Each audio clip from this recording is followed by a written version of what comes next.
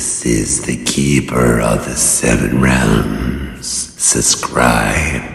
Go to the descriptions category if you dare, and play the game.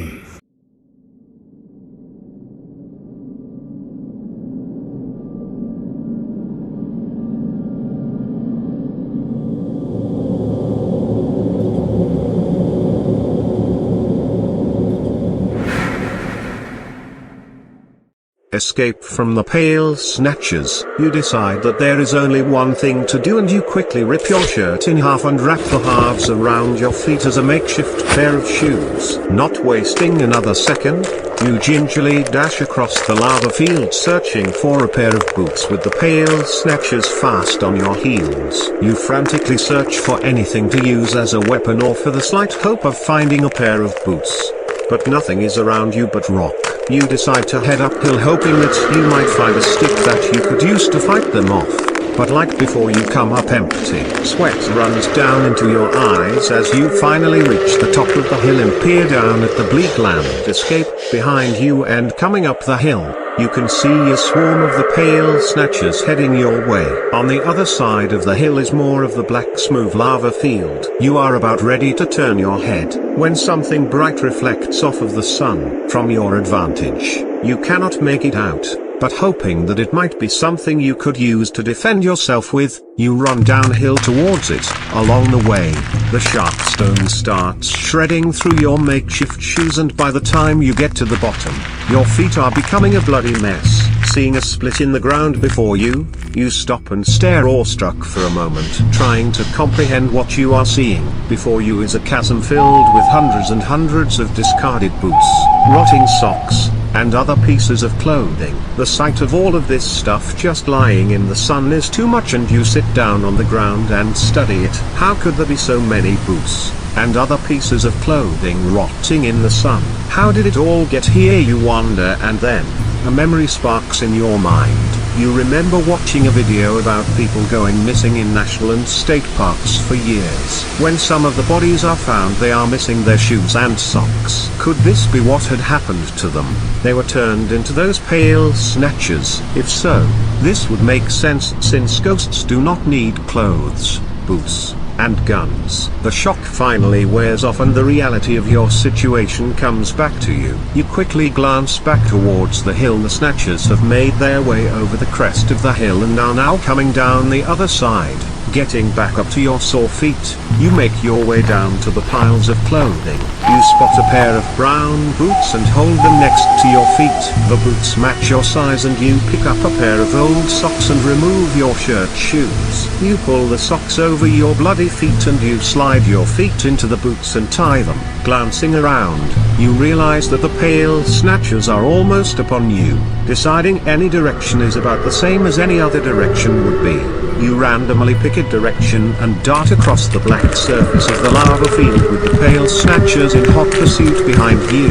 Seeing an opening to a lava tube, you dash into it and run headfirst into the darkness. You stop for a second to catch your breath and glance back to check on your pursuers. In horror, you see the pale translucent glow of the Pale Snatchers heading towards you. You realize that if you don't find a way out of this lava field, those Snatchers will get you, and who knows what they will do with you once they do. You dash headlong into the darkness of the lava tube. After running for what feels like hours, you stop to rest and to once more catch your breath. You realize that if you don't find a way out of this lava field, those Snatchers will get you, and who knows what they will do with you once they do. Standing up on your shaking legs, you slowly continue down the inky black empty hollow lava tube. After just a few more minutes, you see some pale grayness off in the distance. Before long, you can make out light at the end of the tunnel. Coming out of the tunnel, you are happy to see some scattered trees and bushes. You follow the trees for a while, glancing back for your pursuers, but they are nowhere in sight. Before you there are some trees that open into a small clearing, and you spot a smoky trail in the oncoming darkness of the night. Stumbling through the trees, you make out a house in the looming shadows of the night. You make it to the front door and knock on it. The door quietly opens up and a person covered by a dark hoodie covering their face waves you in without saying anything. Entering the small house, you spot a table with 2 chairs with some food on it. You quickly see a bed, a fireplace, and a rug in front of the fireplace. You don't have any more time to study the rest of the house, as the stranger points with one of their fingers to the table for you to sit down on one of the chairs. You collapse onto the chair in total exhaustion. The stranger sits down beside you and points to the food. It's now when you discover how hungry and thirsty you are, and you rapidly devour the food. Coming up for air, you glance at the stranger from the corner of your eye. They sit silently staring at you without saying anything. Noticing that you have completed your meal, the stranger pulls down their hoodie. Beneath the hoodie is an unassuming middle-aged woman staring at you. She has blue eyes and brown long hair. Thanks. You say to her. The stranger uses her hands to gesture back at you and smiles at you in response. The stranger then points to the rug on the floor by the fireplace. Seeing a folded blanket on top of the rug, you go over to it and wrap up in the blanket. You close your eyes to rest, and before long you're in the land of dreams. Credits Escape from the Pale Snatchers. Music by FreePD.com. Ancient Rites. Alien Spaceship Atmosphere and Mind Chaos by Kevin MacLeod. Epic Blockbuster 2 by Rafael Krux. Narration services by Reloud.net. Main narration voiced by Blah. Credits voiced by Sally. Sound effects by freesound.org. Creative Commons 0. Cloth_Rick.mp3 by Johnny 2810. Paper Weapon by Eamon Yildera. Cloth. Heavy, shake, run, trouser.walk by Volley T.